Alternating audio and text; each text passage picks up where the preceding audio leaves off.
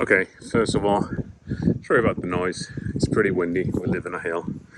There's always a bit of wind. I think it's about 15-20 mile gusts at the moment, which is a good way to test out the new tent that arrived today. So this is the Durston XMIT 2 Durston tent, and this is a solid version. So it's a bit darker color. It looks a bit brighter than it does on the video screen right now. And it's just the first setup, really. So let's have a look around. So you got the apex lines. I just want to think notice first. So these seem to be the same. Durston reflective iron wire. No, I was wrong. So I assume that the apex guidelines are the Durston's glow wire they sell on the website, but now on the right you'll see the thicker one. That's the one from the website, and the one on the left is the one that came with the tent. So it's slightly thinner. The iron wire is much stiffer, which I believe is a good thing. And yeah, that's the difference. And interesting enough, I had somebody on an internet forum take their one-person tent out last couple of nights ago, and they had one of the corner lines snapped, just like I had mine in my original drop version, which actually had weak lines anyway.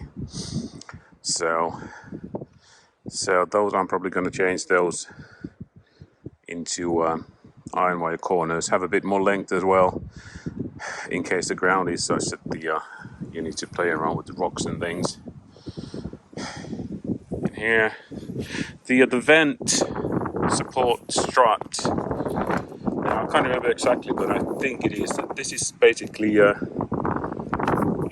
flat stick, flat rod, which I think the original ones had a bit of a shape to it, so a bit more round ones. So you can probably notice, at least to me, it's more evident to the drop version, is that the cuts are more there's more catenary cuts in this to make it a bit more resistant to winds. Now here, this spot here is a magnet for the door, which is often used only in the more expensive tents initially. And this is now apparently reinforced outlet, whereas previously you would tie the outside door into this one. And we also have a extra guide out point here. And then if you come inside,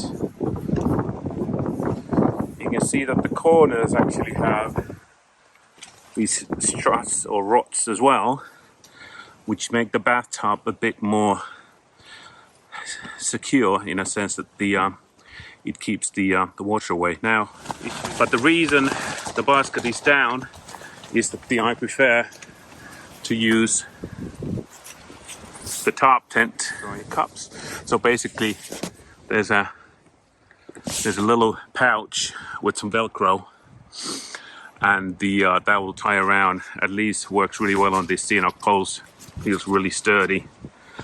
Keeps the handle from getting dirty, and it's more solid on the ground.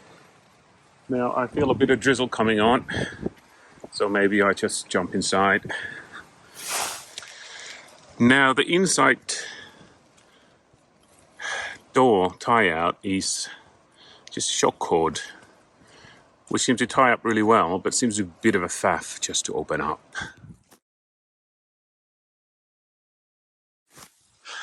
Yeah, so like that.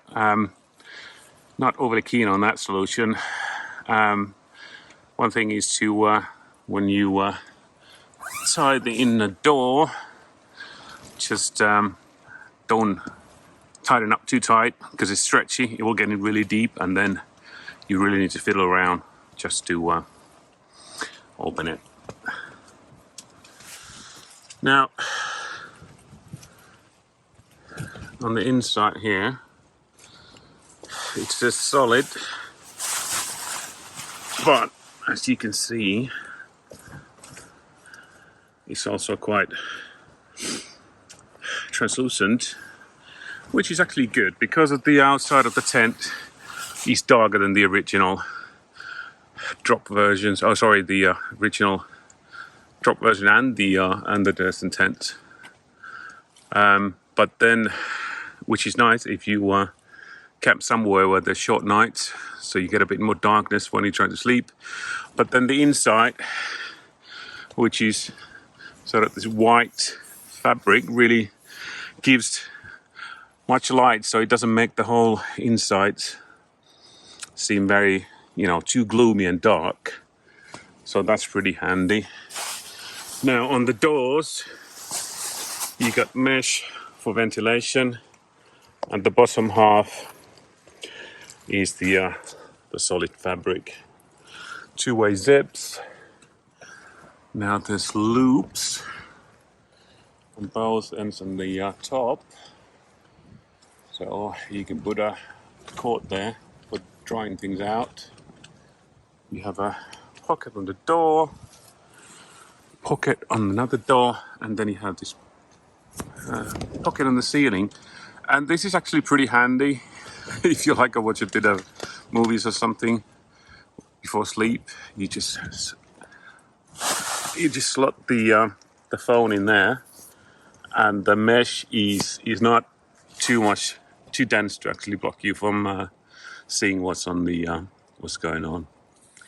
Okay, so with a couple of extra guy lines, very well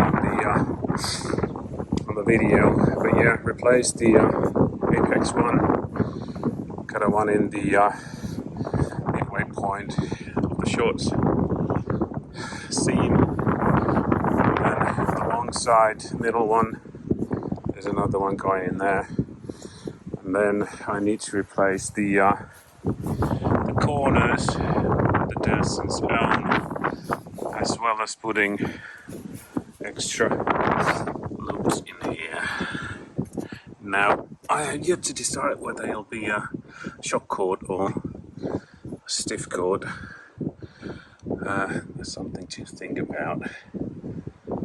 I have to say, I really like these buckles when you open the door, especially when you're setting it up, because of the you can open all the way up. Just slip in the pole, and it will still keep the tensegrity intact from the corners. So it's a lot easier than trying to drop it in from the like the old method was from this side, was to drop it in from the vent, or if you can try to do it from here. I just find it easier. Just do this, because as you can see, it's still holding its tension. So I really like that.